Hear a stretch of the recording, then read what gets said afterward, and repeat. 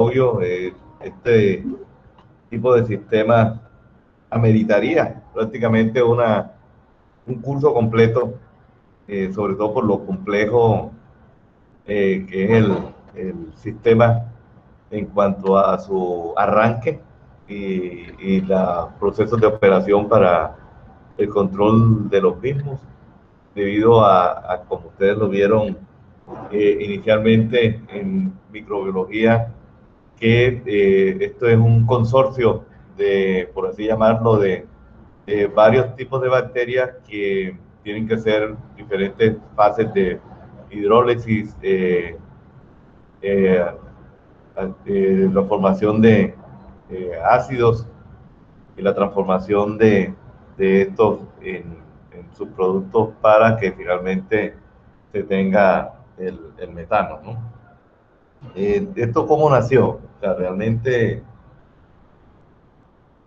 vamos a ponerlo todo, no me gusta porque no aparece así, pero en, en, durante la crisis petrolera en, en Europa, realmente porque ellos sufren por la falta de, de este recurso, tenían que darse a la tarea de reducir el consumo de energía eléctrica y otros tipos que generalmente se hacían por temas de hidrocarburos y carbón. Y los llevó a implementar políticas y programas de investigación y de desarrollo en torno al ahorro de la energía. Y a un grupo de ingenieros le encomendaron mirar bajo ese punto de vista lo que eran las plantas de tratamiento. En ese momento estaba el boom de los lodos activados, pero como ustedes vieron, los lodos activados también tienen una gran dependencia de la energía eléctrica debido al gasto que se tiene por medio de la, del uso de los aireadores, ¿no? Y de los equipos de bombeo, etcétera, etcétera, ¿no? En la gráfica vemos un tratamiento aerobio y uno anaerobio, que les va a llegar 100 kilogramos de DQO en el influente, y vemos entonces cómo el flujo de energía y los procesos de recuperación se pueden dar en ambos procesos, ¿no? En, en este tipo de procesos, cuando con ese calidad de agua residual, la aireación necesaria está de consumo de energía está de alrededor de entre 50 y 100 kilovatios hora. Y como ustedes saben, un proceso aerobio es un alto productor de lodos, y los lodos, cuando se llega a 100 kilogramos de DQO, posiblemente se puede producir entre 30 y 60 kilogramos de lodos, los cuales también van a requerir digestión, pero también se puede recuperar energía. Y como vemos acá, la recuperación de energía debido a los lodos, por cada kilo de lodo se produce 1.5 kilogramos de DQO, lo cual a la larga puede generar 5.7 kilovatios hora. Y esa energía que se produce puede cubrir el 40% de la energía de la planta de tratamiento. El exceso pues lo tiene que recurrir a, al sistema eléctrico, ¿no? En cambio, si nos vamos al proceso anaeróbico, los mismos 100 kilogramos de DQO pueden producir entre 40 a 45 metros cúbicos de biogás. Posiblemente el efluente no es tan bueno, pero puede cumplir con los requerimientos de la disposición final. Y la ventaja que tiene todo proceso anaerobio está en el ahorro de la disposición de lodos, la producción de lodos para 100 kilogramos es de apenas 5 kilogramos aproximadamente en lodo anaerobio. Y el biogás que se produce puede generar energía, es decir, ahí tenemos generación de energía a partir del metano. Entonces el ahorro por no aireación, perdón, porque aquí hay que contabilizar dos tipos de ahorro. Uno es que como no están usando proceso aerobio, entonces hay un ahorro de energía por no uso del proceso aerobio. Y también hay una generación, entonces ahí se genera energía, se consume algo, pero la mayor parte del neto es de producción de energía a partir del metano, en este caso 1080 megajoules, y se le suma a los 900 que no se consumieron por el cambio de tecnología, lo cual implica que se tiene un total de 1980 megajoules de beneficio al cambio de, del de la tecnología aeróbica a la tecnología aerobia. Eso pues implicó o implica pues prácticamente un cambio de concepción en aquella época, sobre todo cuando se tenía la facilidad de tener de tener el petróleo, pero cuando hay una restricción, fíjense que entonces empieza la tecnología a funcionar y nos encontramos con posibilidades que se descubrieron o se aceleraron debido a esto. Entonces ahí tenemos un resultado positivo. El resultado, bueno, empezó la investigación de cuáles eran las mejores tecnologías. El primer desarrollo fue un tanque anaeróbico sencillo, un tanque completamente mezclado, donde llega el afluente y el efluente y hay una captura de biogás.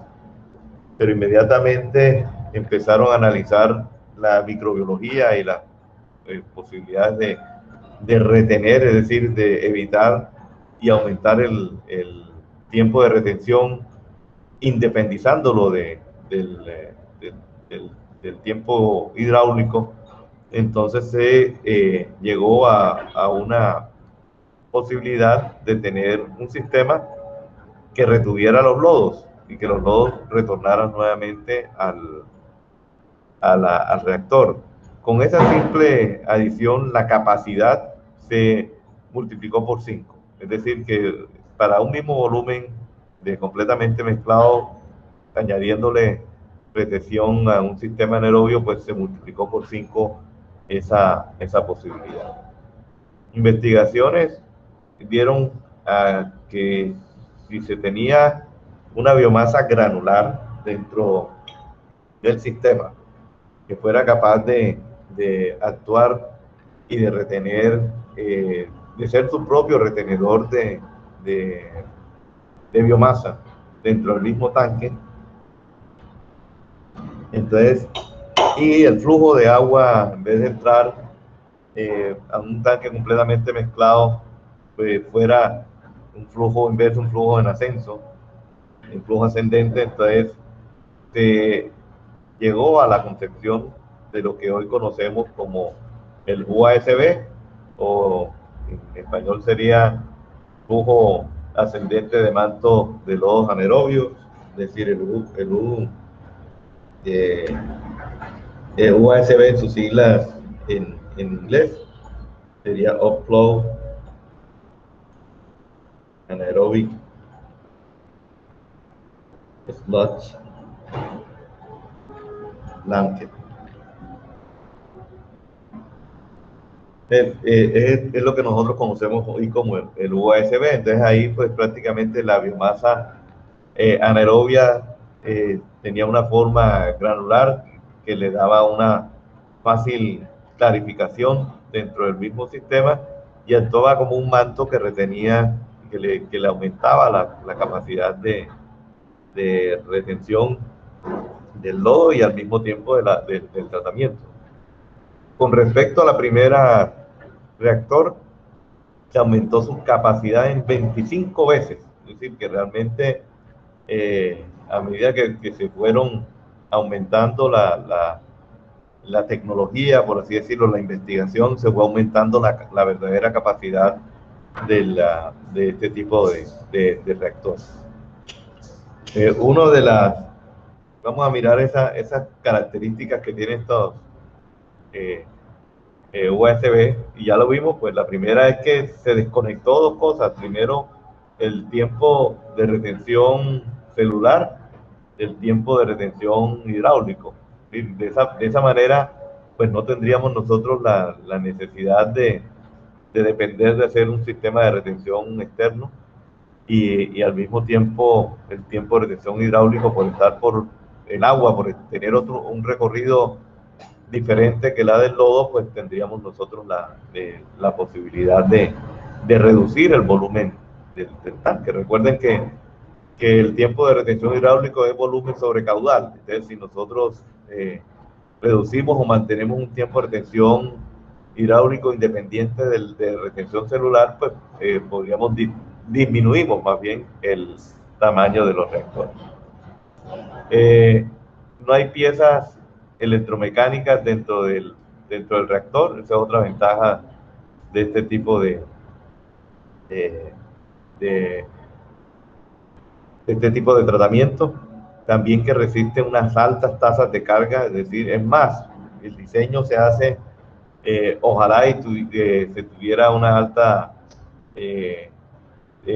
materia orgánica, concentración de materia orgánica para mejorar. También tiene un tamaño de reactor pequeño en relación con otros tipos de sistemas, y como ya les dije, se genera una autogranulación de la biomasa, se torna un floc bastante estable y que permite la inmovilización dentro del reactor. Ahí, como vemos en la figura, se generan burbujas de gas que tienden a aumentar este manto de lodos hasta cierta altura, y aquí hay unos sistemas de campanas que sirven de propósito de generar unas zonas de quietas o de clarificación, donde los gránulos, si llegan a estar aquí, pues vuelven nuevamente hacia el sistema, y se extrae el gas que se recoge a través de una serie de extractores al final, que podrían pues darse para su posterior uso, ya sea para quemarlo si es necesario, o para poder hacer cualquier otro sistema de generación de energía.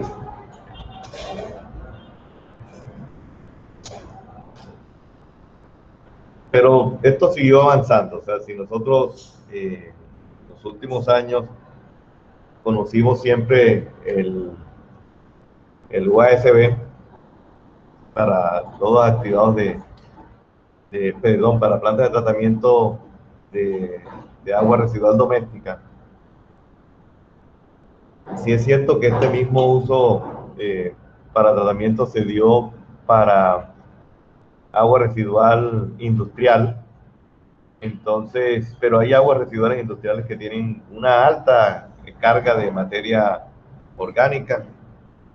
Es el caso de la industria de alimentos o de la industria de las bebidas. Entonces, el USB empezó, más bien el tratamiento anaeróbico, a buscar formas de tener o de ampliar esas superficies de contacto entre la materia orgánica y las bacterias, y generar un reactor de alta capacidad o alta tasa. Ahí nació este tipo de reactores anaeróbicos de alta tasa, cuya capacidad es 3 veces de las de un ASB. Y son reactores que trabajan tipo flujo pistón, producen mejor salida de biogás, es decir, que se pueden aprovechar para generación de energía dentro de las plantas industriales, y al mismo tiempo generan un mejor efluente y control de lo que es el tratamiento anaerobio de, la, de las aguas residuales, especialmente industriales por por la alta carga. Esto generó una serie de implementaciones a lo largo ahí vemos dos sistemas de tratamiento anaerobio como pretratamiento, es decir, cuando hay una alta carga perdón, algo le pasó a esto, vamos a mirar.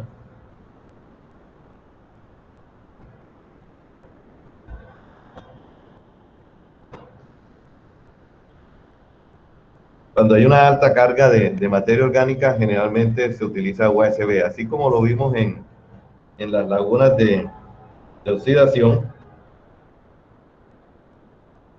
que se necesita una laguna anaeróbica cuando hay alta carga, si no, pues se quita, pero si es necesario reducir la carga de materia orgánica para que funcionen mejor otros tipos de sistemas, y también para que sean más pequeños, es decir, por ejemplo, si necesitamos lodos activados o queremos lodos activados, pero si le reducimos la carga, pues mejoramos su eficiencia.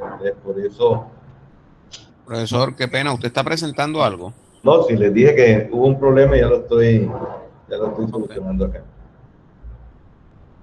Les decía eso, que realmente se empieza con el tratamiento anaerobio siempre y cuando necesitamos reducir la carga la carga de materia orgánica. Y esto se hace a través de un ejercicio de mirar cuáles son los diferentes tipos de sistemas de tratamiento, y ustedes analizan las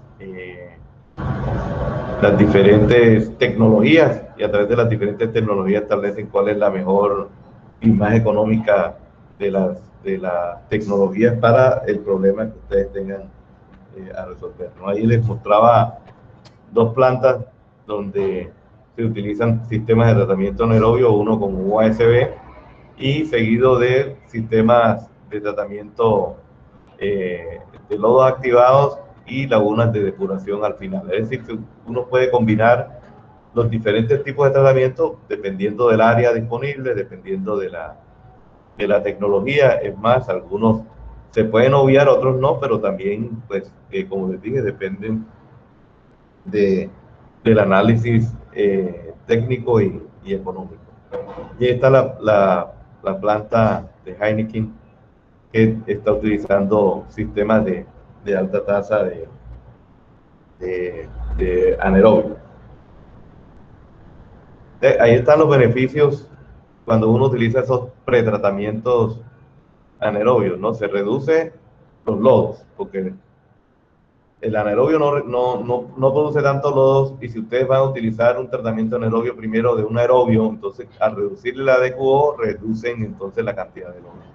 Reducen la emisión de gases, ya que no usa combustibles fósiles para el tratamiento. Hay un ahorro de 1 kilovatio hora por cada kilogramo de DQO, y se produce una energía aproximadamente de 3.8 kilovatios hora por kilogramos de materia orgánica que se remueve. Puede y aguanta altas tasas de carga de hasta 35 kilogramos de DQO por metro cúbico de reactor al día. Reduce los espacios requeridos hasta en un 90%. No necesita productos químicos para estabilizar el afluente. La tecnología ha avanzado, como les he dicho, que ya hay eficiencias en el tratamiento, y una ventaja que tuvieron al cambio es que el lodo anaerobio, sobre todo en aquellas industrias que trabajan por campaña, por cochada, es decir, que hacen paradas, la planta de tratamiento anaerobia puede parar y el lodo se puede almacenar durante un tiempo. Y eso indica que, que no necesariamente tiene que estar alimentado de forma continua como sería una planta de lodos, de lodos activados. Entonces, esto fue un gran beneficio también para aquellas industrias cuya forma de trabajo sea por cochadas o hagan algún tipo de parada, y pues a la planta realmente no le pasa nada porque los lodos se empiezan a autodigerir dentro del mismo sistema, y después cuando nuevamente se alimente pues el arranque.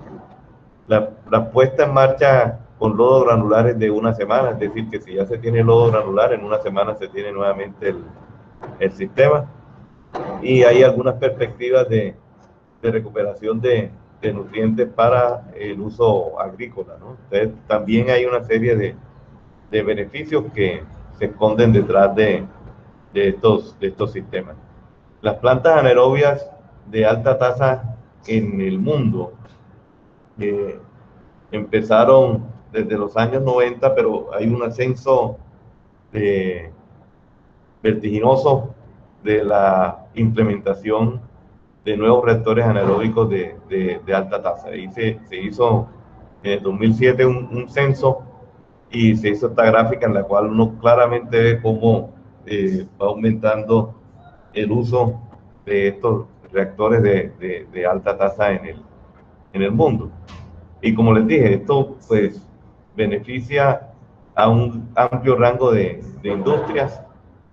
Prácticamente la industria agrícola y de alimentos, que es el 36% de renglón. Ahí están todos los diferentes tipos de industria en las cuales se puede pensar en la instalación de este tipo de sistemas.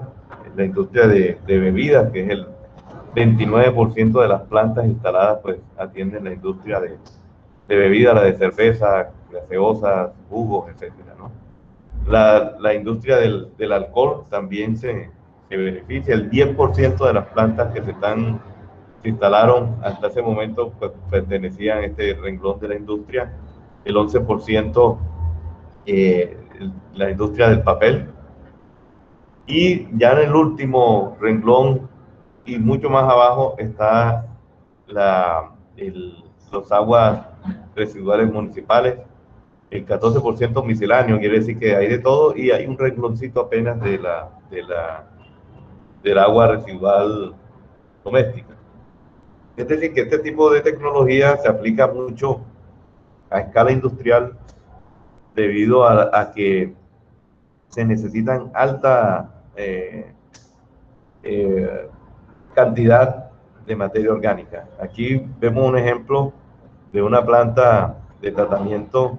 Esta recibe 17 toneladas al día de DQO. Las dimensiones son de 500 metros cúbicos, y si ven ustedes las dimensiones en alto, en un tanque bastante en altura, 25 metros, con un diámetro pequeño de 5 metros. Esa forma de construcción o de determinación del tanque lo hace que realmente trabaje casi como un flujo pistón. El flujo es de 2.700 metros cúbicos a 5.700, y la DQO, como ya pueden ahí mirar, el promedio es de 4.000 miligramos por litro, una DQO bastante alta. Nosotros apenas tenemos una DQO, si no estoy mal, es de 500, pues aquí es una DQO bastante alta. Y en la gráfica de abajo se ve como la DQO afluente versus la DQO que sale del sistema, cómo se mantiene la DQO por debajo de un valor, no importando cómo es la fluctuación de la entrada. Es decir, que tiene una gran capacidad de asimilación. Esto, pues, hace parte, no sé cómo no está ahí en las referencias de la... Profesor, Sí, adelante. eso es lo que hablan de que esos sistemas tienen una capacidad como de amortiguamiento, que a pesar de las fluctuaciones que tenga, él siempre mantiene como el mismo. Así es decir, que a pesar de la fluctuación de las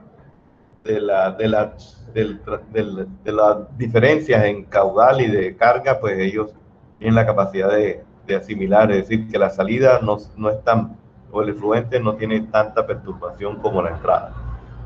Eso le da esa capacidad. Les decía que esto, yo generalmente pongo la referencia, esto es de la Universidad Tecnológica de Delft, donde hay un curso completo sobre el tema de tratamiento anaerobio, ¿no? Bueno, aquí esto es un balance nuevamente del tema de energía, porque es que casi que para convencer al industrial, cuando uno le pone esto en este contexto, le dice, miren, es que la planta no solamente es para cumplir con unos requerimientos que les pone el ANLA o les pone la autoridad ambiental, sino que ustedes, si tienen en cuenta que el contenido de energía de una tonelada de DQO es aproximadamente 3.8 megavatios hora, y si tienen 17 toneladas de DQO, y obviamente teniendo en cuenta la eficiencia del sistema, pueden ustedes hasta generar 22 megavatios hora de energía, es decir, que prácticamente se estarían beneficiando por esa producción. Si se sigue manteniendo, en caso de que esa industria tenga lodos activados, pues le dicen, ustedes están gastando 15 megavatios de energía al día. Luego, entonces, los beneficios de cambiar de sistema es la suma de los dos, tanto lo que producen más el ahorro. Quiere decir que están hablando de 37 megavatios hora. Ahí está la transformación en dinero, por si de pronto no lo entienden en el idioma de energía. Entre 1.2 por día a 6 euros al año se estarían ahorrando por el cambio de energía.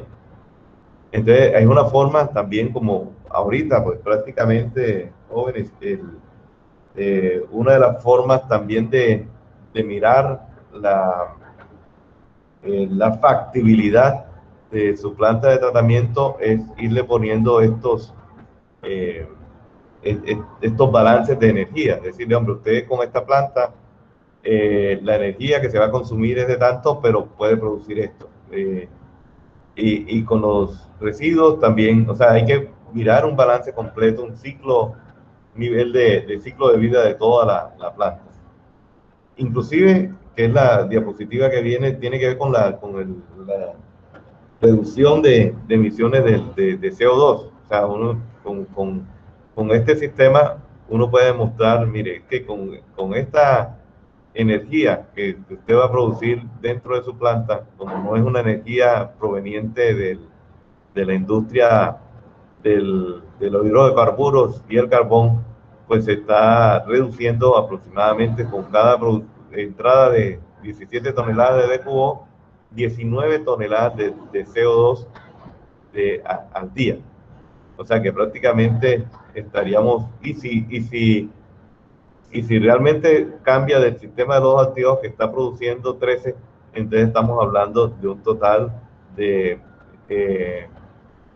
claro que hay que tener en cuenta la eficiencia de 58 toneladas de CO2 al día, y eso también lo pagan. Es decir, la reducción de CO2, si uno aplica a estos bonos de carbón, pues también ahí en este caso del ejemplo estamos hablando de una platica de 140.000 euros al año que se producirían por la reducción en emisiones de carbón. Entonces tenemos dos beneficios de ahorro de energía y de reducción de emisiones de CO2. Esto también como para invitarlos, inclusive ya yo he visto que en algunas materias que tienen que ver con saneamiento están involucrando el tema del ciclo de vida y lo que es el ahorro de energía, para mirar de manera completa cualquier propuesta que se haga con respecto a sistemas de tratamiento de agua residual o cualquier otro sistema. Inclusive ustedes, los que ya vieron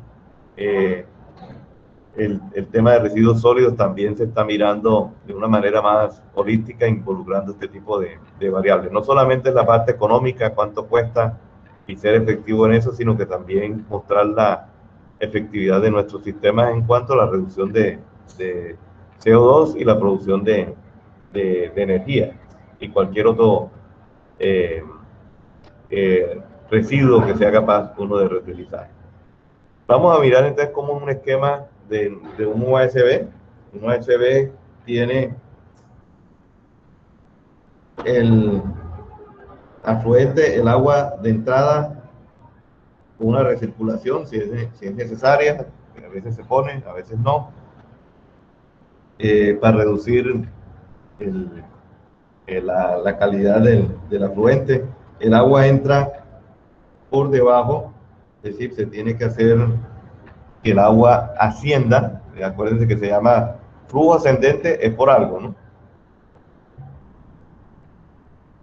Se forman estos gránulos de lodos, el manto, y las burbujas de gas hacen que haya ascienda, es decir, asciende el gas y asciende el agua, pues obviamente arrastra algo de los gránulos de lodo. Por eso esta zona de acá se convierte en un clarificador, donde estos gránulos, cuando ven que la velocidad es muy, muy lenta, pues ellos descienden nuevamente hacia la zona de almacenamiento de lodos.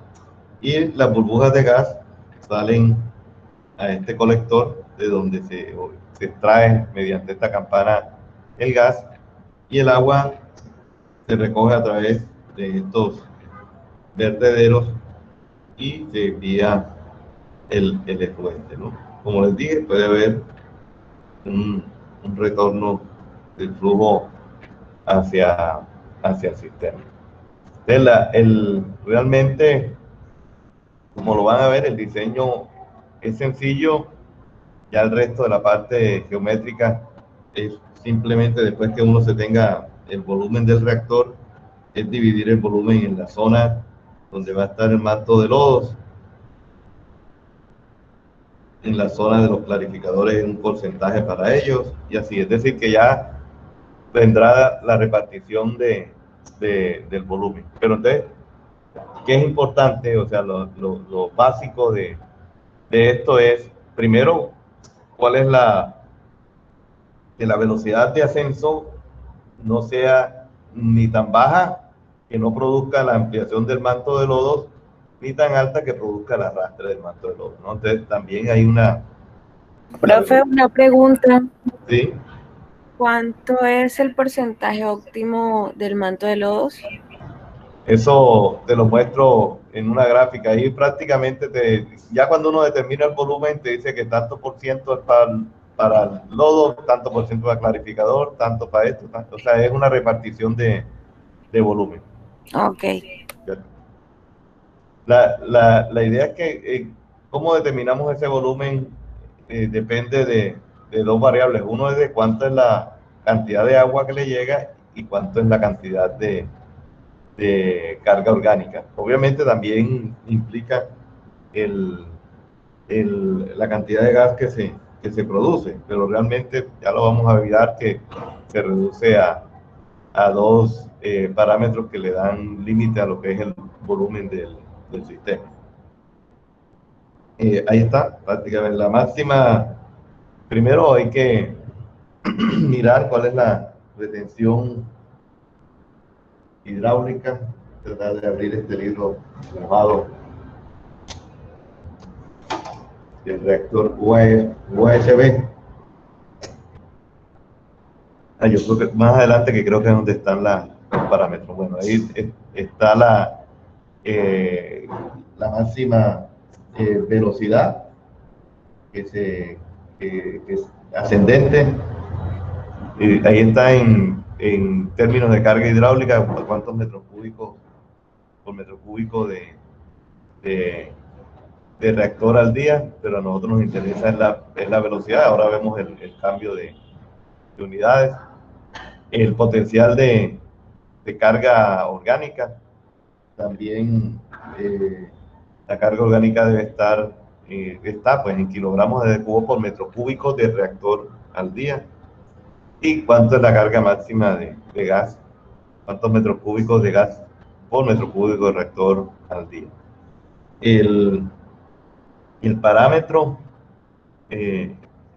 esencial que vamos a mirar también es la velocidad ascendente, upward por ascendente en metro hora, que sería dividir el caudal de llegada sobre el área horizontal del reactor.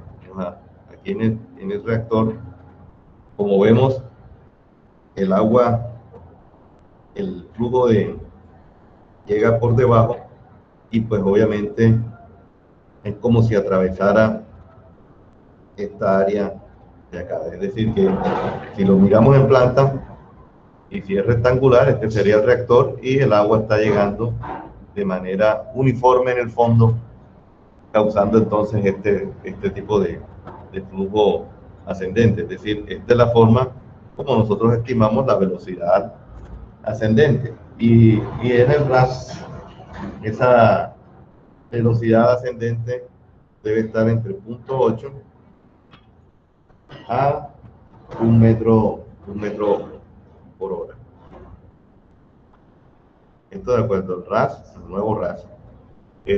Esa velocidad, o sea que cuando ustedes calculen, esa velocidad debe estar entre 0.8 a 1. O sea, pueden escoger 0.9 y despejar el área y calculamos entonces cuánto debe ser el área del sistema. Para la mayoría de las aguas residuales industriales, el tamaño del reactor será determinado por la carga orgánica. Ahora vemos por qué. Y esa carga depende de la temperatura, del tipo de agua residual, de dónde viene, si tiene sólidos suspendidos, de la concentración de lodo. Es decir, que hay una serie de aspectos que determinan esa carga orgánica. Esa carga orgánica nosotros la vamos a conocer en nuestras conferencias como R sub B, y quiere decir que se refiere a la cantidad de DQO, a la cantidad de kilogramos de DQO que se van a requerir o que se pueden consumir por metro cúbico de reactor al día. Ese sería nuestra referencia para esa carga. Entonces, si uno ve las unidades, dice, bueno, entonces RB viene siendo cuál es la cantidad de comida que llega, es decir, la concentración de la DBO por el caudal sobre el volumen del reactor. Y si mi incógnita es el volumen del reactor, yo lo despejo de aquí. El volumen del reactor es igual a la concentración de DBO por el caudal sobre la capacidad que yo debo darle. Entonces yo ahí estoy obteniendo el volumen. ¿Cómo, perdón? Esa es la carga volumétrica, ¿no? No te entendí bien. Esa es la misma carga volumétrica. Sí, exacto. Es carga volumétrica. Carga, pero orgánica, ¿no? Carga orgánica volumétrica. Ya como se están dando cuenta, entonces el diseño va a depender de la velocidad del flujo para darle un área en el fondo del reactor para que no sobrepase en cierta velocidad. Y aquí, dependiendo de la carga orgánica, aunque como lo dice en la diapositiva, es para la mayoría de aguas residuales industriales. Ahorita vemos qué pasa, ¿no? Acá, bueno, aquí está la ecuación. La carga orgánica volumétrica que se aplica, la concentración de la DBO y el caudal de llegada. Entonces, con eso podemos obtener el volumen del reactor basado en tasa de carga orgánica. O sea, si nosotros nos basamos en carga orgánica, entonces de esa manera determinamos el volumen del reactor. Entonces ese RB depende de la temperatura, de la cantidad de biomasa que se tenga, de la composición del residuo, del agua que esté llegando. Y aquí hay un dato que nos sirve para establecer cuál es la cantidad de sólidos suspendidos volátiles que se espera tener en un reactor UASB. Cada de 35 a 40 kilogramos de sólidos suspendidos volátiles por metro cúbico de reactor. Entonces tenemos dos formas de hallar el volumen del reactor, o lo vamos a tener. Uno es a través de la tasa de carga orgánica. Entonces ahora la pregunta es, ¿cuál es esta tasa orgánica? ¿Quién me dice dónde la tengo, ¿no? En los libros, perdón un momentico, estoy tratando de ver si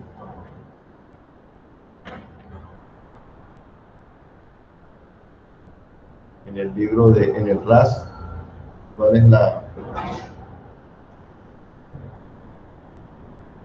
carga orgánica? Yo creo que, bueno, ahí en la literatura está esta tabla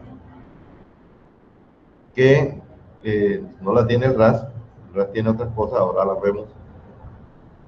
De acuerdo a la temperatura del agua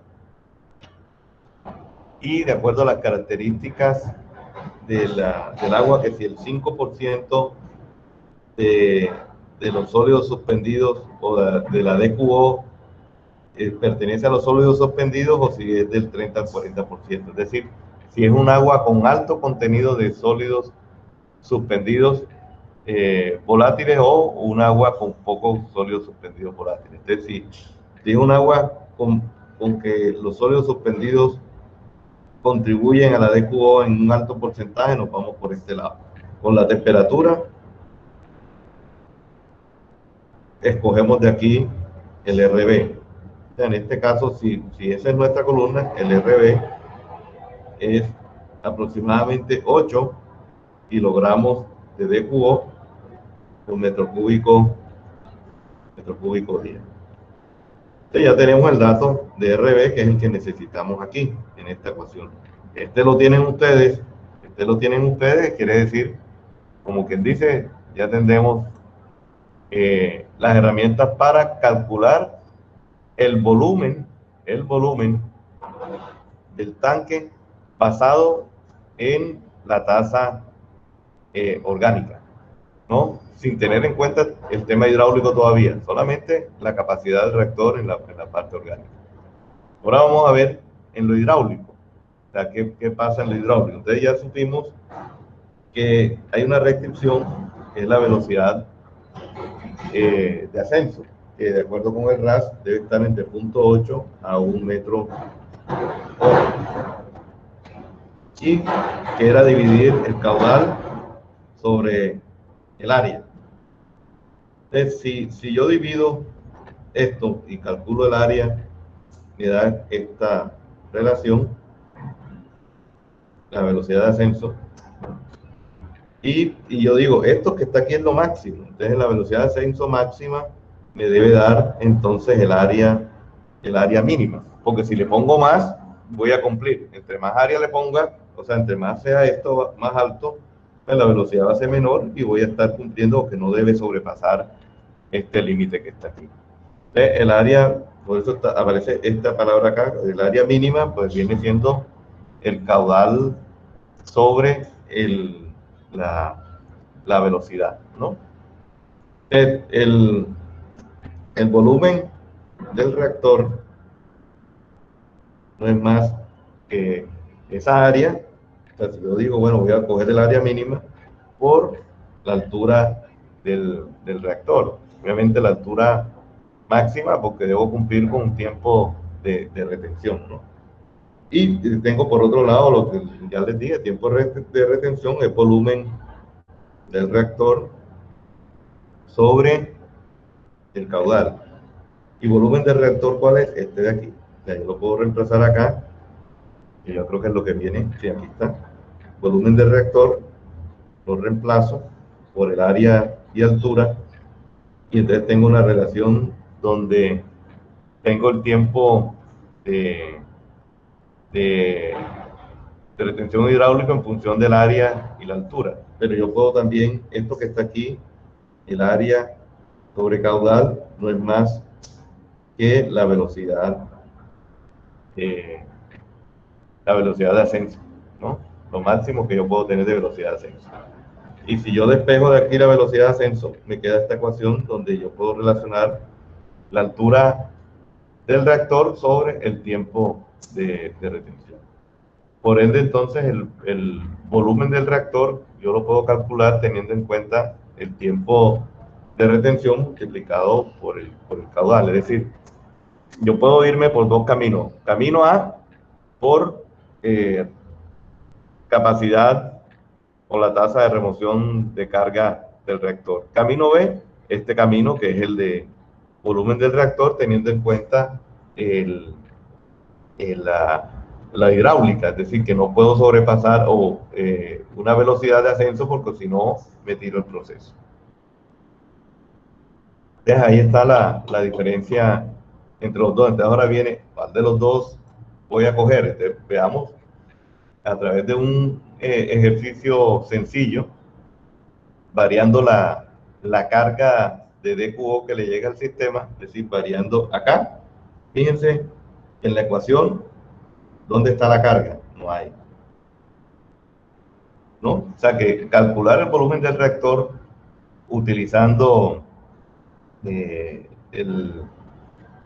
tiempo de retención hidráulica, no hay necesidad, o sea, es el mismo valor siempre. Si yo tengo el mismo caudal y el mismo tiempo de retención, pues no importa la carga, va a ser el mismo volumen.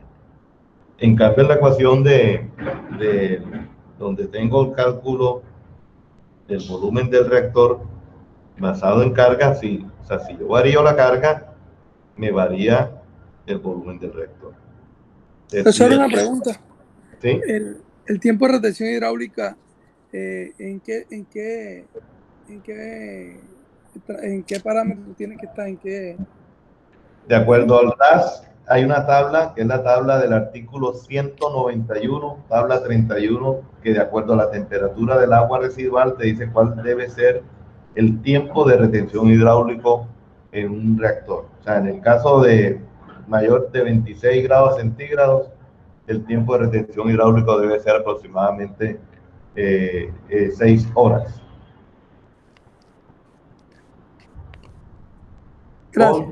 Con el caudal medio diario.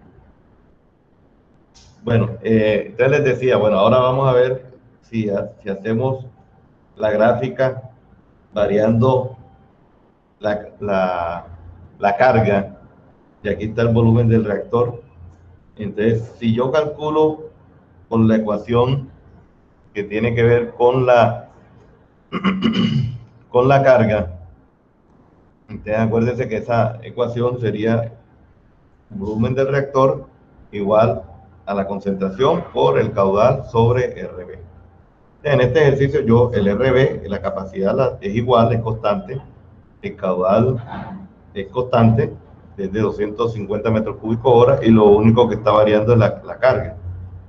Quiere decir que cuando es cero, el volumen es cero, y empieza a subir, es decir, que esta línea que estoy dibujando punteada viene siendo PR igual a C por U sobre RB, ¿no? Una línea recta. O sea, que estoy variando la carga, y a medida que varía la carga, el volumen va ascendiendo. En cambio, si yo calculo, es la ecuación esta que está aquí, si yo calculo el volumen utilizando la ecuación hidráulica, pues siempre va a ser igual, porque el tiempo de retención, digo, el mínimo, de acuerdo, bueno, esto es Holanda, es 4 horas. Entonces, yo la carga la puedo variar, pero el volumen va a ser siempre constante, es decir, es esta línea de aquí, recta. O sea, teta, que es 4 horas, por caudal, que es 250 metros cúbicos hora, 4 por 250 me da que es 1000 metros cúbicos. Siempre va a ser 1000 metros cúbicos, no importando la carga. Pero esta gráfica, ¿qué nos trae? Que llega un momento en que la carga, o sea, si uno le toca escoger los volúmenes, vamos a borrar un momento para hacer esto. Si a uno le toca escoger volumen, o sea, si ustedes calculan por los dos lados y dicen, bueno, te vas a coger volumen más grande, ¿no? O sea, si ustedes calculan por hidráulica y por carga les da menor que la hidráulica, escogen 1000 metros cúbicos. Pero si la carga va aumentando, entonces por hidráulica les da 1000 metros cúbicos, pero aquí ya les da 1100, entonces escogen 1100. ¿No? Esa sería la forma de hacer el cálculo. Se van por los dos lados y escogen el mayor. Pero esto tiene entonces una consecuencia que es la que vemos acá. Es decir, que para reactores cuya carga sea muy pequeña en cuanto a la carga o concentración de DQO, siempre va a ser hidráulico. Fíjense que aquí llega un momento en que siempre va a ganar la parte hidráulica. Es decir, el tiempo de retención hidráulico y no la carga. Pero a partir de cierto momento, la carga de contaminante va a ser la que va a gobernar, por así decirlo, va a ser el factor principal para la escogencia del volumen del reactor. Inclusive, si aquí, porque tenemos una sola RB que es de 15, el RB actúa aquí como si fuera como quien dice, la pendiente. Este es RB de 15 kilogramos de DQO metro cúbico día, ¿no? Pero también, si tenemos un RB de mayor capacidad, pues se va inclinando más la línea. O si la tenemos de más capacidad, quiere decir, o de menor capacidad, perdón, RB de 2 o cualquier otro valor inferior a 15, pero entonces quiere decir que se va reduciendo la selección por el tema hidráulico, y más es la carga la que funciona. Entonces, si ustedes se van a la tabla esta de aquí, pues ven que hay una variación dependiendo de la temperatura. Entonces, a más alta temperatura, que es en los casos de los que ustedes tienen, entonces la capacidad de carga, bueno, aquí está esta. A medida que la capacidad de carga va aumentando de acuerdo a la temperatura, quiere decir que va siendo menos importante la capacidad de carga y más importante lo hidráulico. Es decir, acuérdense que teníamos 1000 metros cúbicos en lo hidráulico. Entonces, si tenemos una alta remoción que se da a altas temperaturas, fíjense todo el rango que tiene lo hidráulico sobre la capacidad de carga. Llega un momento en que a medida de que va aumentando la concentración, ya apenas empieza la capacidad de carga a mandar dentro de la selección de volumen. Pero a medida de que se va reduciendo, es decir, en climas más fríos, es la capacidad de carga la que puede estar regulando el cálculo del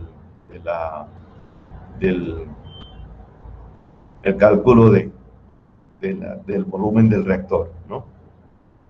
El volumen de biogás que se produce, pues es una ecuación semiempírica. Vamos a mirarla.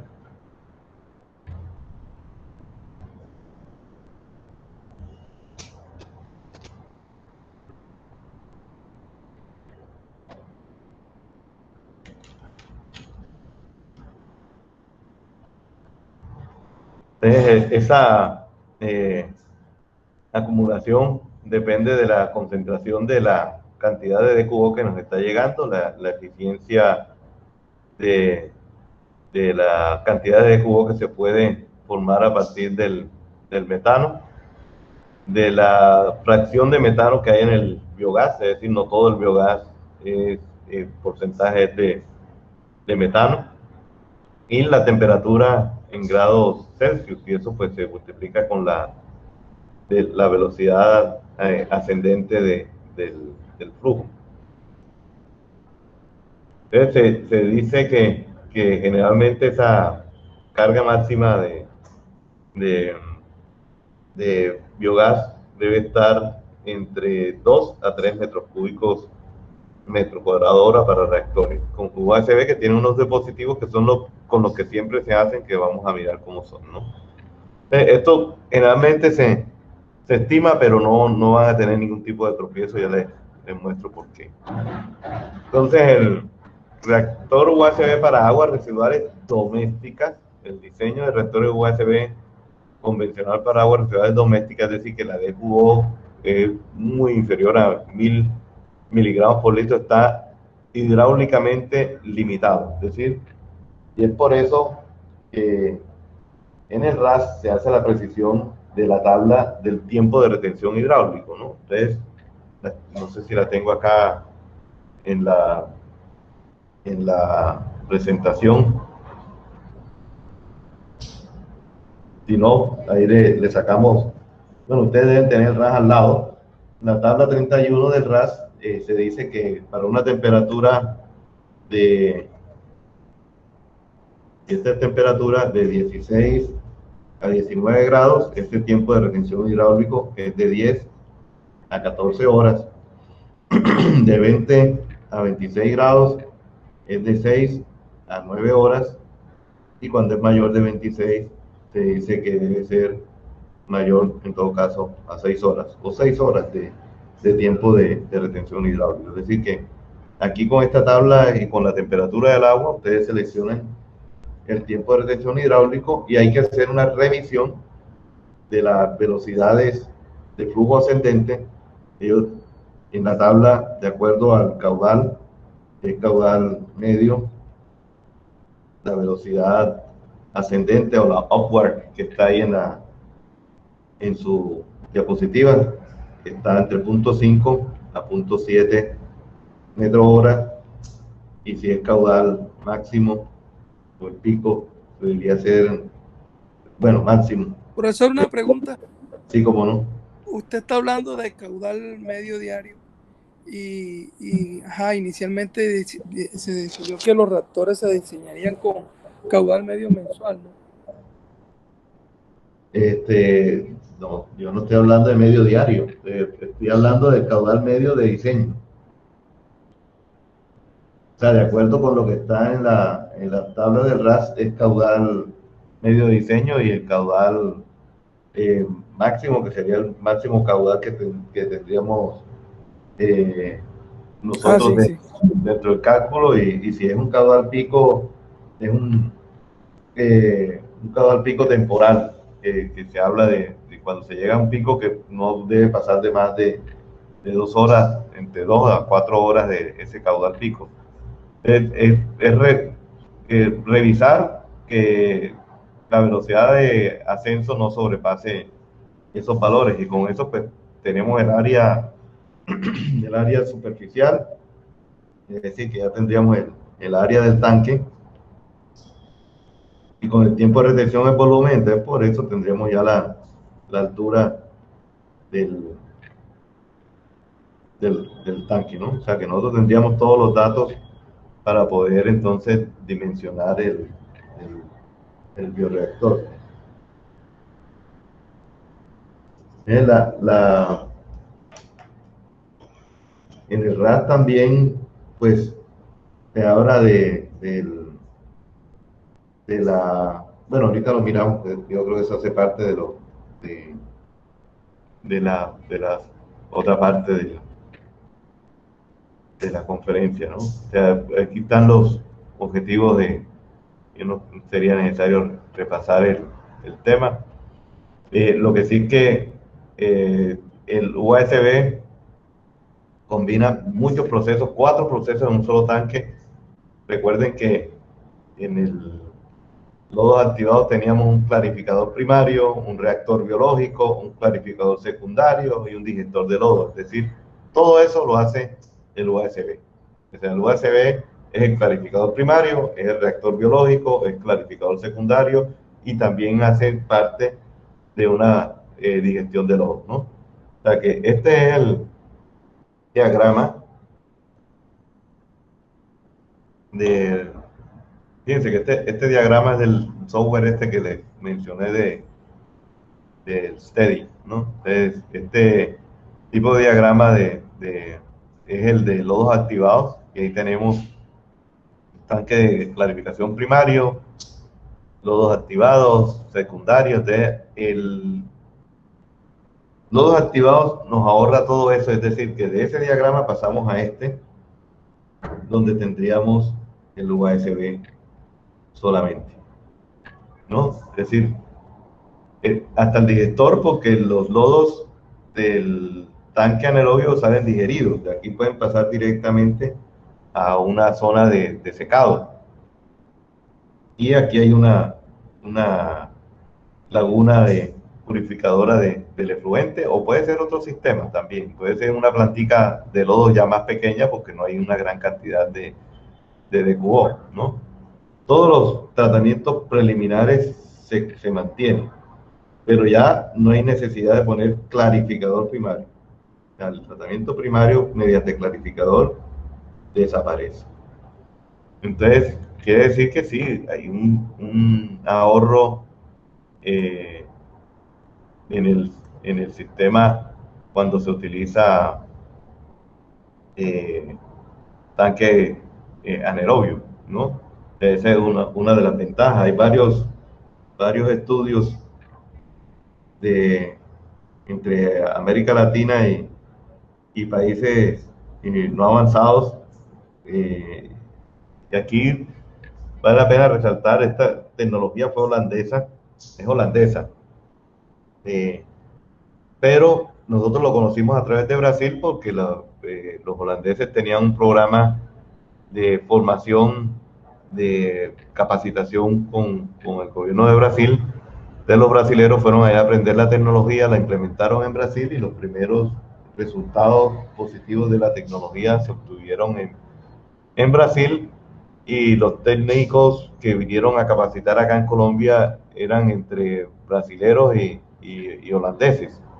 Y ahí se dio uno de los primeros resultados de este tipo de plantas en la ciudad de Bogotá y en Cali, que fueron las primeras ciudades que se pusieron, como quien dice, a la orden de este tipo de sistemas. Ahí se muestra en la gráfica la de los USB de Bucaramanga, los USB de la corporación de la meseta en Bucaramanga, pues eran teniendo en cuenta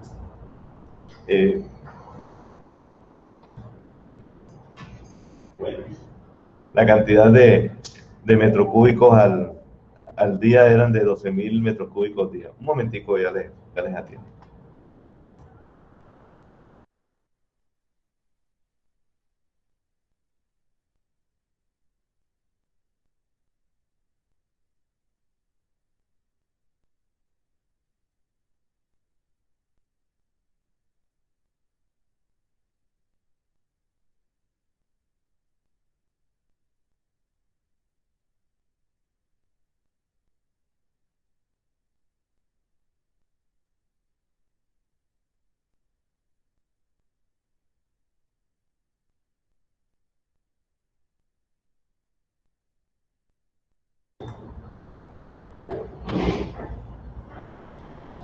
Pues sí, les decía que en Bucaramanga se construyeron estos USB con lagunas de oxidación para pulir el efluente. Ya esta tecnología inclusive la están cambiando, ellos están no deshaciéndose, ahora no recuerdo si se están deshaciendo de qué parte del sistema de tratamiento.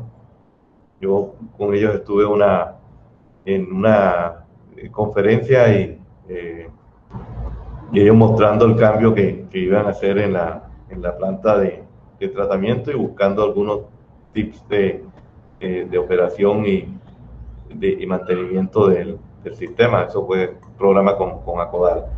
Bueno, esto para mostrar que igual que los otros sistemas, que pueden tener una amplia variación en la entrada, esto quizás fue en arranque, pero ya después de que arranca el sistema, fíjense que el rango de variación del efluente no es mucho, es decir, puede haber mucha variación en la DQO de concentración a la entrada, pero a la salida pues vamos a tener algo pues mucho más constante. Eso es DQO, lo mismo es para la DBO, que podemos tener una amplia variación acá, y acá después de que se estabiliza logra tener el rango de variación del efluente es bastante corto. Y lo mismo en cuanto a los sólidos, en este caso los sólidos de entrada y los sólidos de salida también se mantienen bastante constantes a pesar de la variación que se tenga. Y vemos entonces las aplicaciones de estos sistemas empezaron a ubicarse en aquellos barrios o zonas de ciudades de mundo donde era más costoso el tema del bombeo hacia sistemas centralizados de tratamiento, y se empezaron a trabajar enfoques de sistemas descentralizados para teniendo un sistema que no necesitaba equipos, por lo menos electromecánicos, pues prácticamente había un ahorro en la energía necesaria para bombear el agua residual de un sitio a otro, y en este caso pues se aprovechaba en el lugar, habiendo espacios limitados, se podía implementar esta tecnología sin ningún tipo de inconveniente.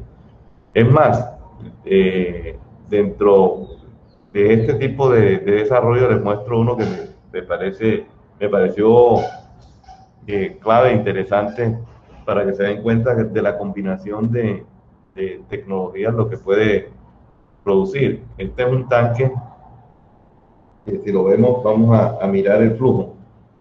El agua es bombeada, aquí viene la recirculación y aquí viene el agua cruda.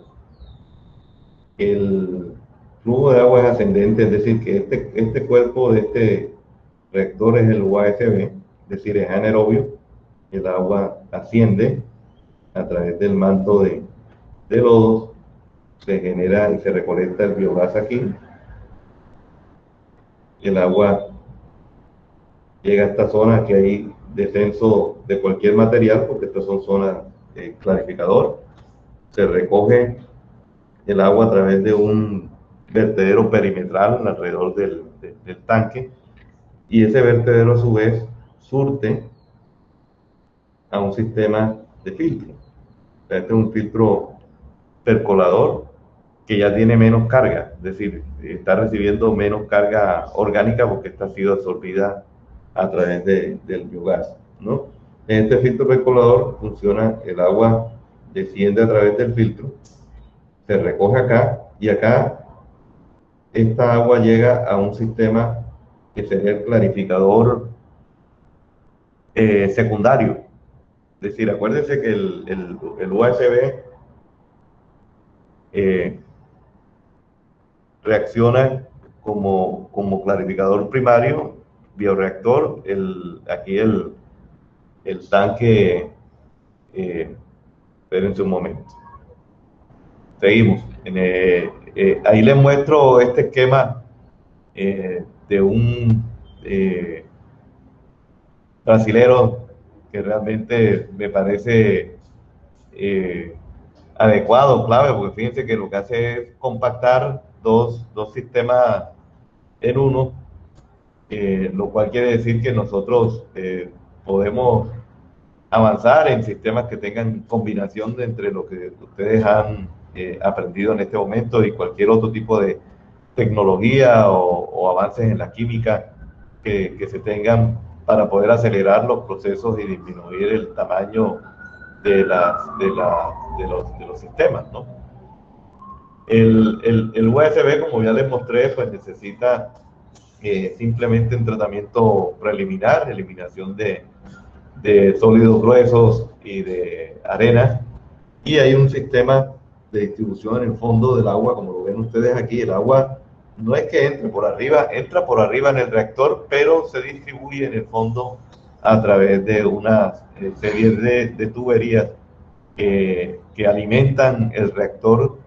El agua entra arriba en el reactor, pero realmente dentro del reactor hay una, como una especie de patas que distribuyen el agua para que salga de manera ascendente. Como bien, ahí hay una línea de gas con campanas extractoras y estará la línea de agua de salida, y después se puede colocar un puridor de efluente a través de lagunas, puede ser filtros percoladores, discos biológicos, es decir, cualquier otro sistema, como ven ustedes ahí, puede servir de puridor de efluente.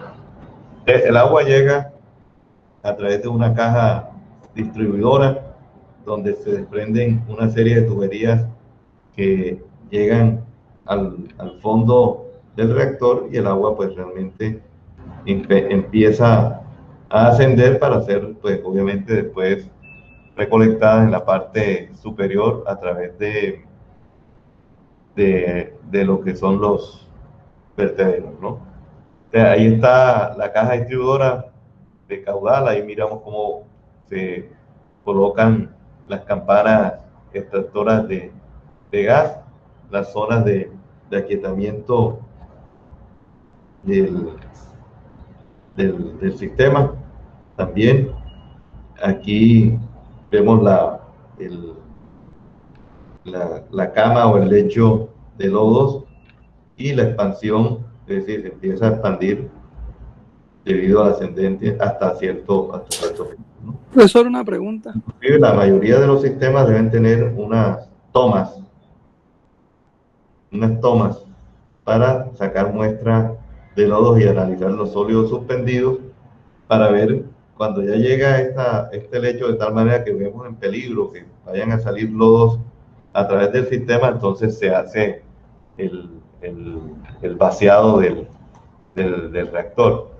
Para ayudar a que el flujo fluya, pues se construye una serie de compartimientos o deflectores que ayudan a llevar entonces el flujo en una dirección y el gas hacia las campanas extractoras, ¿no? Y se colocan esa serie de deflectores para poder agilizar el sistema. Y bueno, y se colocan los extractores de gas, de biogás, y al final pues tenemos el sistema completo, que sería esto que está mostrándose en el clima. Aquí hay el efluente, que puede ser a través de un sistema de canales con orificios, o puede ser vertederos, pueden estar pegados o adosados a la pared del reactor. Bueno, ya eso es el criterio de la idea es que esté en la parte superior en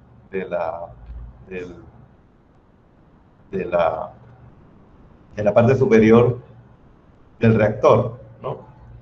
Normalmente estos reactores son completamente cerrados, herméticos, es decir, no hay oportunidad de que el aire o la atmósfera nos llene de oxígeno. Entonces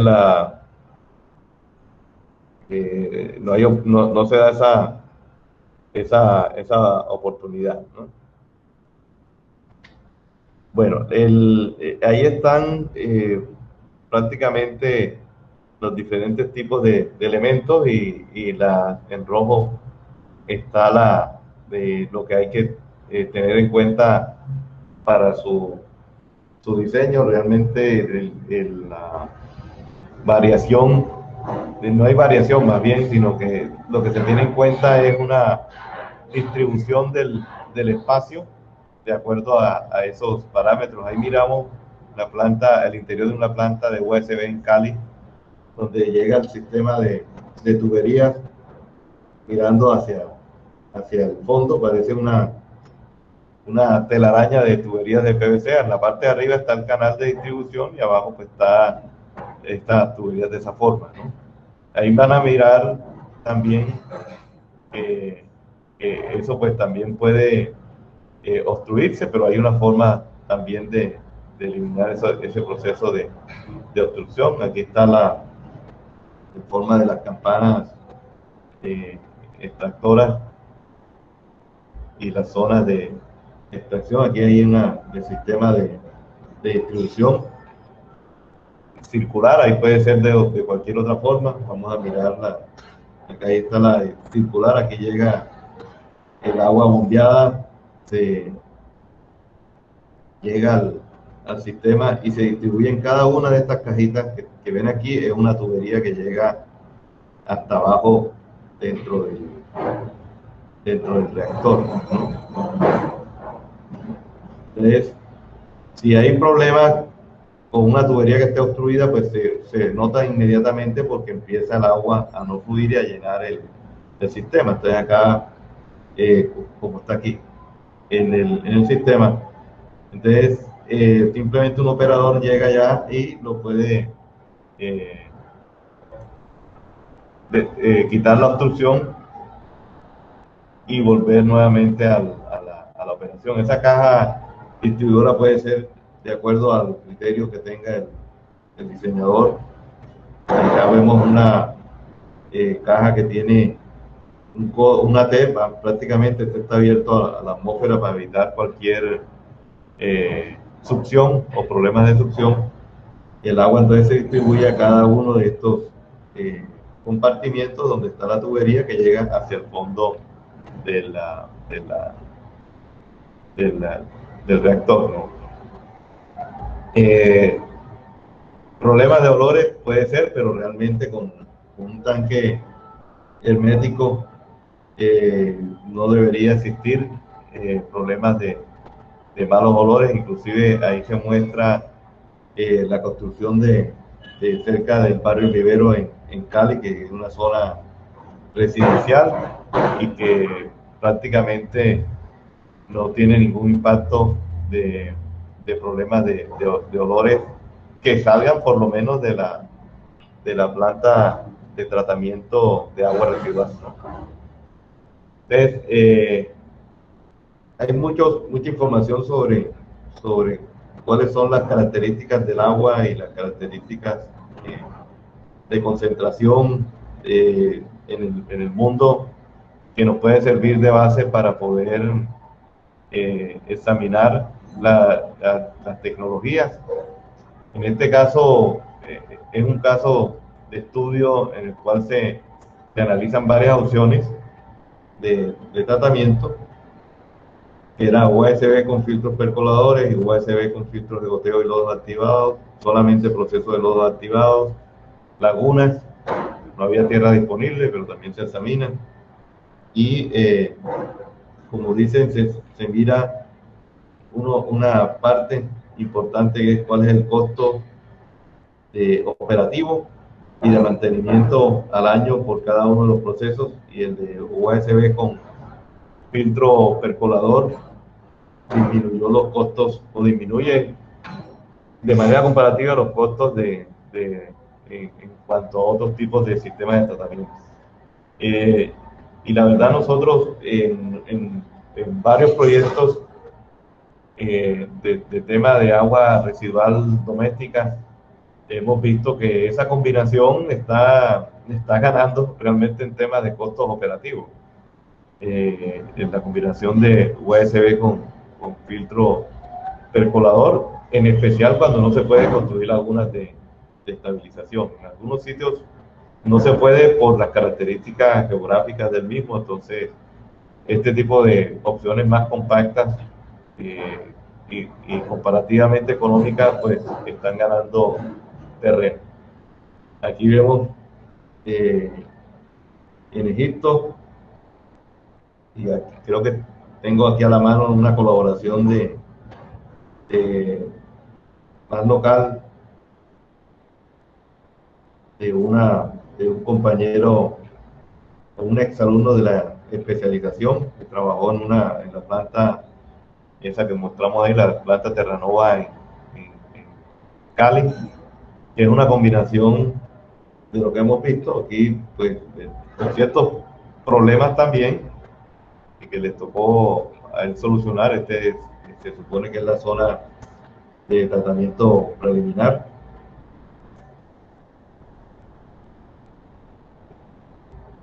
Ahí está lo que yo les decía, la toma de muestras de los lodos del tanque del USB a diferentes alturas del tanque.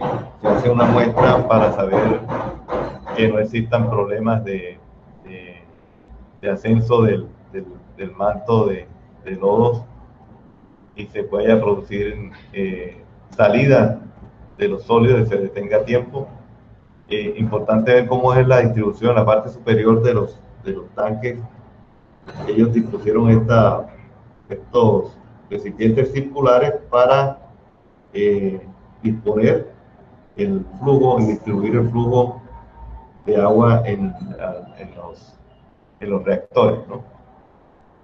Aquí ven también la distribución principal y cómo se distribuye a cada uno de los digestores o USBs dentro de la zona, ¿no? Es decir, que tenemos un distribuidor principal y varios. Cuando llega antes al reactor, pues ya de aquí distribuye ya al interior de cada uno de ellos, ¿no?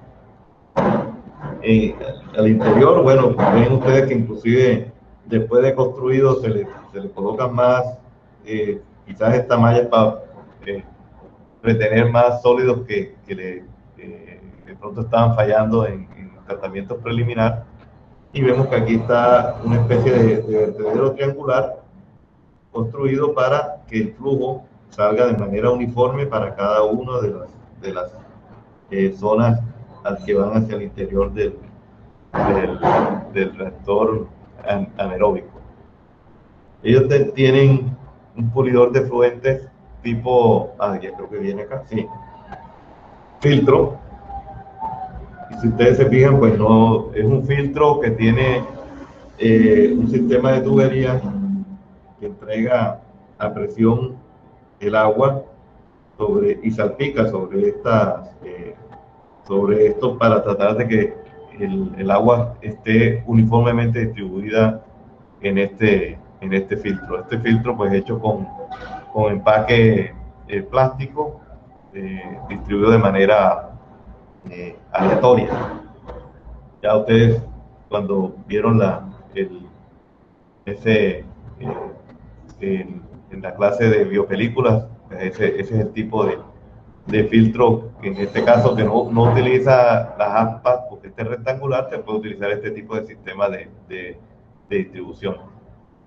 Y tiene sus clarificadores también del efluente y la zona en la cual se hace la digestión de los lodos, también digestores de lodos. Y cuando los lodos están digeridos, pues me imagino que estos digestores es para los filtros, se mandan a lechos de secado. El lecho de secado pues están acá cubiertos para evitar que la lluvia nos afecte. Y miren la característica final del lodo en la zona, ¿no? Prácticamente se alcanzan a mirar ahí una vegetación creciendo en el lodo, ¿no? Quiere decir que tiene una buena característica de abono orgánico. Bueno, esto es en resumen de lo que son tratamientos anaeróbicos. Ya les dije que en el libro en el RAS, perdón, les dan el resto de características de cómo se distribuye el agua dentro del reactor. Quiere decir que dependiendo del tipo de lodo que se quiera tener dentro del USB, en la tabla 33 les dicen cuál es el área de cada distribuidor. Es decir, si ustedes quieren saber cuántas tuberías, como las que están aquí, vamos a mirarlas otra vez, acá, o sea, cuántas tuberías necesitan para distribuir, en la tabla 33 les dice, por ejemplo, si quieren un lodo granular, esa distribución depende de la carga orgánica. Si la carga de ustedes está entre 2 y 4, quiere decir que cada tubería debe alimentar desde 0.5 a 2 metros cuadrados de área del reactor. Es decir, de ahí sacan ustedes, si su reactor tiene, por decir algo, 10 metros cuadrados, y escogen 2, pues quiere decir que necesitan 5 mínimo. Eso no quiere decir que si quieren poner más, pueden poner más. Entre más distribuido salga el flujo, mucho mejor. Y el sistema de separador de gas sólido líquido dice que debe tener una altura de 2.5 metros. Entonces ahí les tienen ya la altura del separador de gas sólido líquido. Es decir, lo que ustedes han calculado hasta el momento es la altura del bioreactor. Ya después la zona de separación es de 2.5 metros y el ángulo de inclinación de las placas es de 45 grados para la placa esta que está acá, ya se la muestro nuevamente. Y en el sistema de estas placas que son para la captura de gas y para tener la zona de asentamiento 45 grados centígrados, ¿no? Ahí tienen pues prácticamente la información para el dimensionamiento del UASB para que puedan hacer el taller, ¿no? Muy buenas, continuamos con nuestra sesión. En este momento vamos a mirar cómo hacemos el diseño del reactor UASB siguiendo los pasos recomendados por el libro de Chernycharov.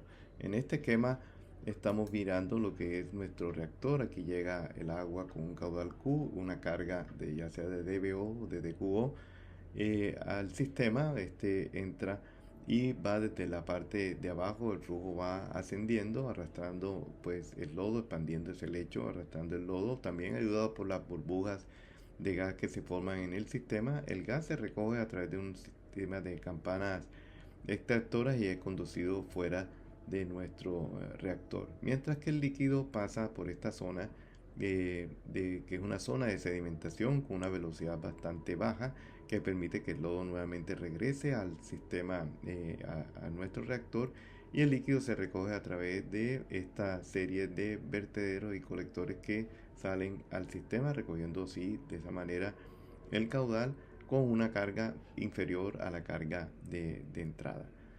Vamos a mirar entonces los pasos que para hacer el diseño de este reactor. Primero tenemos que estimar lo que es la carga, ya sea en dB o en dQo, multiplicando, como ya sabemos, la concentración por el caudal de diseño. A través de esta tabla donde se nos da la temperatura del agua residual y dependiendo del tipo de caudal con el que estemos diseñando el sistema, tendríamos que revisar que ese tiempo de retención hidráulica por lo menos cumpla con con estos parámetros, ¿no? Y ese tiempo de retención está dado en horas. Ya teniendo el tiempo de retención hidráulica, pues podemos calcular el volumen. Teniendo nuestro caudal de diseño por el tiempo de retención hidráulico, llevamos eso a las unidades correspondientes para que nos dé el volumen de nuestro sistema en metros cúbicos. Ya teniendo el volumen total que se necesita para el tratamiento, pues vamos a estimar cuántos módulos necesitamos. Por lo menos debemos hacer 2 módulos que tengan un volumen máximo de 1300 metros cúbicos. Por eso, al dividir el volumen total entre 1300 nos daría cuántos módulos se necesitan entonces para el tratamiento. Entonces el volumen de cada módulo, que es el paso número 5, pues simplemente dividimos el volumen total entre el número de módulos que nosotros estimemos para saber cuál es el volumen en metros cúbicos de cada uno de ellos. El sexto paso, decimos que la altura de nuestro reactor será de 4.5 metros, simplemente para suponer un valor. Ya con ese valor de la altura, pues hacemos cuál es la altura total del bioreactor, teniendo en cuenta cuál es la altura de las campanas que se necesitan, las campanas extractoras. Esa altura de las campanas está del orden de 1.5 a 2 metros.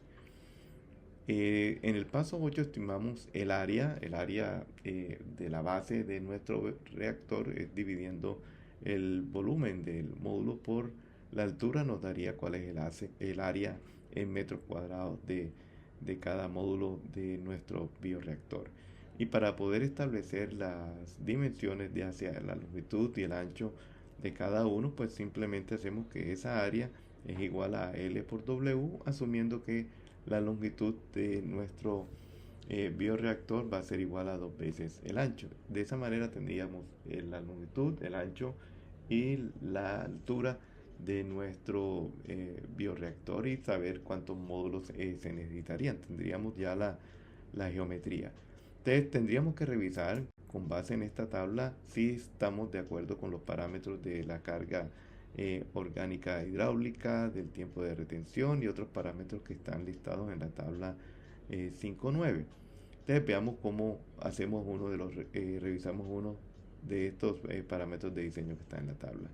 En el paso 10, pues verificamos el tiempo de retención hidráulica, que es simplemente nuevamente dividir el volumen total que ya debido a los ajustes que hemos hecho haya cambiado algo dividido entre el caudal de diseño. Ahí establecemos entonces y verificamos que el tiempo de retención hidráulica esté acorde con los parámetros establecidos en la tabla anterior. En el paso 11 se establece un área de distribución de caudal entrante A sub D. Aquí con base en esta tabla vamos a mirar cómo llega cada una de estas tuberías, es decir, cuántos metros cuadrados por entrada de tubería vamos a destinar, y ahí sí podríamos saber cuántos tubos vamos a repartir, por así decirlo, entre el área del sistema. Entonces aquí tenemos una tabla que nos ayuda a saber cuál es esa área de distribución de caudal entrante dependiendo de la carga hidráulica, perdón, de la carga orgánica que se esté aplicando. Pues escogemos cuál es el área de influencia o el A sub D que se necesita para cada tubería. Entonces el número de tubos sería simplemente dividir el área de nuestro módulo sobre el A sub D y nos daría el número de tubos que se necesita para distribuir de manera uniforme la carga hidráulica que está llegando a nuestro reactor. El paso, en este paso, pues aquí miramos, perdón, en esta diapositiva cómo es nuestro sistema, la distancia que debe estar desde el fondo del reactor, la salida de las tuberías de llegada al sistema, que puede ser a través de este sistema de boquilla o a través de una abertura que se haga a la tubería con el fin de que el agua también salga con la menor turbulencia posible. Podemos estimar ya la que es la eficiencia, es decir, cuál es la capacidad de remoción de este reactor, de este USB, a través de estos dos sistemas de ecuaciones. Con la primera estimamos cuál es la eficiencia de la DQO en función del tiempo de retención hidráulico. El tiempo de retención hidráulico en esta ecuación se coloca en horas y obviamente el resultado nos va a dar en porcentaje, es decir, cuál es el porcentaje de remoción. Para la DQO y la segunda ecuación es para la DBO. Ya conociendo esto, pues es muy fácil pasar al paso 12, que es calcular la concentración en el efluente tanto de la DBO como de la DQO. Pues simplemente cogemos lo que entraba, lo que entra al sistema, menos lo que remueve el sistema, que sería la concentración de entrada por nuestra eficiencia en remoción. Aquí se divide entre 100 porque este valor está en porcentaje. Entonces, de esa forma podemos calcular cuál es el efluente tanto de DQO como de DBO utilizando esta ecuación y las eficiencias previamente calculadas. En el paso 13 vamos a calcular cuál es la producción de metano o de biogás que se da en el sistema, cuántos metros cúbicos al día tenemos de producción de biogás. Para eso tenemos que estimar cuál es el metano producido. El metano producido lo podemos estimar con esta ecuación de DQO metano igual al caudal de diseño, que multiplica a lo que se ha removido de DQO, el S sub 0 menos el S efluente, y a esto le restamos el rendimiento observado, que está entre 0.11 a 0.23 kilogramos de DQO de lodo sobre kilogramos de DQO aplicado por la DQO que está entrando al sistema. De esta manera, este valor de DQO metano lo vamos a utilizar más luego en esta ecuación para estimar cuál es el caudal de gas metano que está saliendo del sistema. Esto lo tenemos que dividir por una constante K sub T, que depende de la temperatura. Este K sub T lo vemos acá en esta ecuación, donde sería igual a P, que viene siendo la presión en atmósfera, puede ser en una atmósfera en nuestro sistema, por cada D cubo, una constante que es cerca de 64 gramos de D cubo por cada mol que se produce.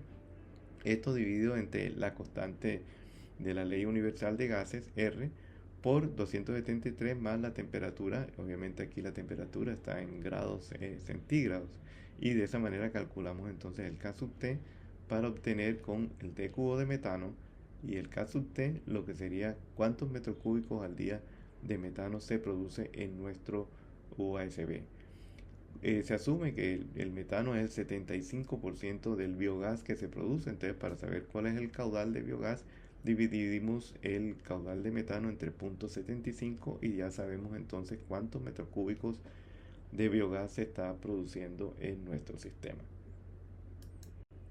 El paso 14 sería dimensionar esos colectores de gas. O sea, con eso pues estimamos cuál es la tasa de liberación de gas, que es el K sub G, que debe estar mínimo entre 1 metro cúbico por metro cuadrado de área de estos colectores por hora, y un máximo de 5 metros cúbicos por metro cuadrado hora. Ustedes pueden revisar la tabla que se tiene para estos valores para hacer la escogencia entre 1 y 5. Bueno, el área total de nuestros colectores de gas sería igual al caudal de biogás que ya se estimó en el paso anterior sobre ese K sub G que está seleccionado entre 1 y 5. De esa manera sabemos cuál es el área total de colectores que necesitamos, de estos colectores que necesitamos para recoger el gas. Entonces la longitud de los colectores sería dividir el área ya previamente estimada entre el ancho, y el ancho se puede asumir de estos colectores de 25 centímetros. Entonces el número de colectores que necesitamos de nuestro reactor es una relación geométrica. Tenemos la longitud de colectores sobre W, que viene siendo el ancho del reactor, para colocar un número uniforme de colectores. Si la cifra nos da decimal, ya sabemos que tenemos que aproximarla para que el número sea entero y realmente esté acorde con la recolección que se da a través de esta tasa de K sub G. Entonces, después de hacer el diseño, después de revisar cuánto es el número, tendríamos que revisar si estamos entre el K sub G de 1 a 5 metros cúbicos metro cuadrado por hora.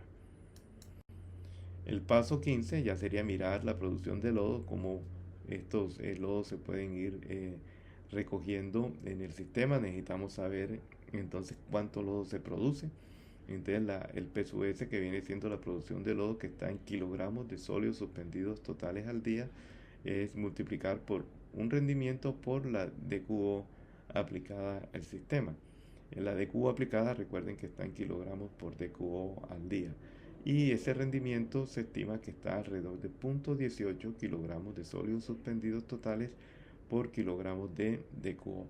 De esa manera, cuando multiplicamos el rendimiento por la D cubo aplicada, nos estaría dando cuántos kilogramos de sólidos suspendidos totales al día se está produciendo en el sistema. Para saber el volumen, pues hacemos la relación con su densidad. Es decir, sabemos cuánto es la masa que se produce al día y queremos saber cuántos metros cúbicos de sólidos se están produciendo en esa tasa.